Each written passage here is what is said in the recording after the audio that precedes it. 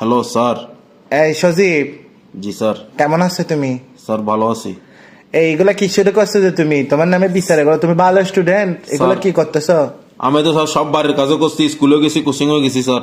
তো তুমি প্রত্যেকদিন তো সামনে সিটে বসে বসে পড়ালেখা করো, ইদানিং পিছের সিটে বসতেছো, এই জন্য তো বিচার আসতেছে, তোমার নামে তো বিচার আসছে। না স্যার, আমি তো পিছনের বেঞ্চে দেরি হয়েছে সেই জন্য আর কি। না স্যার, কি বলেন না স্যার। তোমার নামে বিচার আসছে কি যে তুমি বিচার? তুমি বাসে গুলো কি করতেছো যে তোমার আব্বা আম্মু বিচার দিছে যে আমাকে আসি। আমি তো বাসায় কিছু করি না, আমি তো বাসায় লেখাপড়া করি, ভাত খাই, ঘুম গেছি।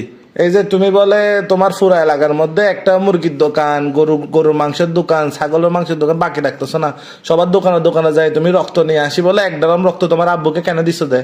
ও আচ্ছা, এরকম রক্ত দিয়ে কিসের খেলা? এগুলো খেলা তুমি খেলবে না স্যার, ফুটবল? খেলি নাই তো, এগুলো খেলা এই না। কথা শোনো, জি স্যার। বেয়াদব কথাকার, তুমি খেলবে যে ফুটবল, তুমি খেলবে যে ক্রিকেট, তুমি খেলবে যে ডাঙ্গুলা, তুমি খেলবে যে লেলু খেলা, তুমি এগুলো কি করতেছো? রক্ত দিয়ে কিসের খেলা? আমি খেলা খাই নাই তো স্যার, এগুলো আমার আব্বুর রক্তের বিজনেস, যে জন্য রক্ত আনি দিছি। একদম গাল বাড়া করে দেবো, বেয়াদব কথাকার, মুখ বেয়াদব ব্যালিশ কথাকার, স্যার। মুখে মুখে তরকার করো। স্যার আমি বলি তোমার আপনাকে- আব্বু রক্তের বিজনেস মানে কি? তোমার আব্বু তো কোনো মাছের ব্যবসা, ফিশারি কাটার মাছের ব্যবসা স্যার, করে, আমি আপনাকে কত সম্মানিত মানুষ। স্যার, আমি আপনাকে বুঝাই বেয়াদব বলি। ছেলে কথাকার, স্যার আমি আপনাকে একদম বুঝাই রান্না বলতেছি। রান্না ফাড়ি ফেলবো, বেয়াদব কথা। স্যার আমি আপনাকে বুঝাই বলতেছি, আপনি আগে আমার কথা শুনেন।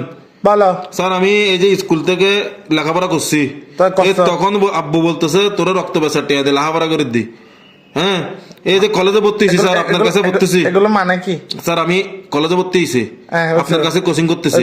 ফার্স্ট ইয়ারে পড়তো স্যার। জি স্যার, এগুলো স্যার আমাকে আমার আব্বু বলতেছে কি রক্ত বেচা টিয়া দিয়ে লেখাপড়া করার বালা করে লেখাপড়া করাইস।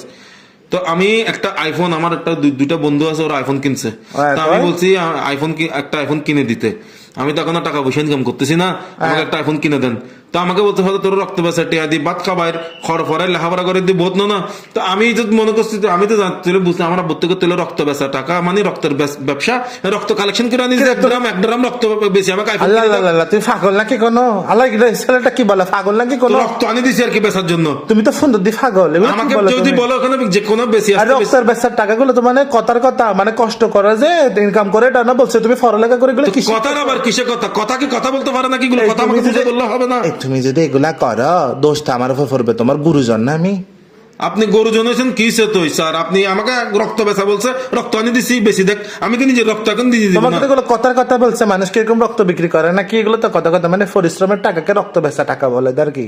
এরকম কি তুমি হইছে? তো রক্ত এগুলো জমাইতে আমার পরিশ্রম হয়েছে না?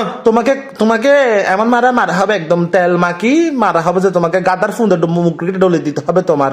বেয়াদব কথা। আমাকে না জানাইলে আমি না বুঝাই না বললাম, আমি কি বুঝছি? তুমি এক নাম্বার একটা কুত্তর বাইছে, তাড়াতাড়ি আমি যা বুঝছি, তুমি আমি কালকে আর কি। কোচিং এ আসো, কুত্তর বাইছে। আমি যা বুঝছি।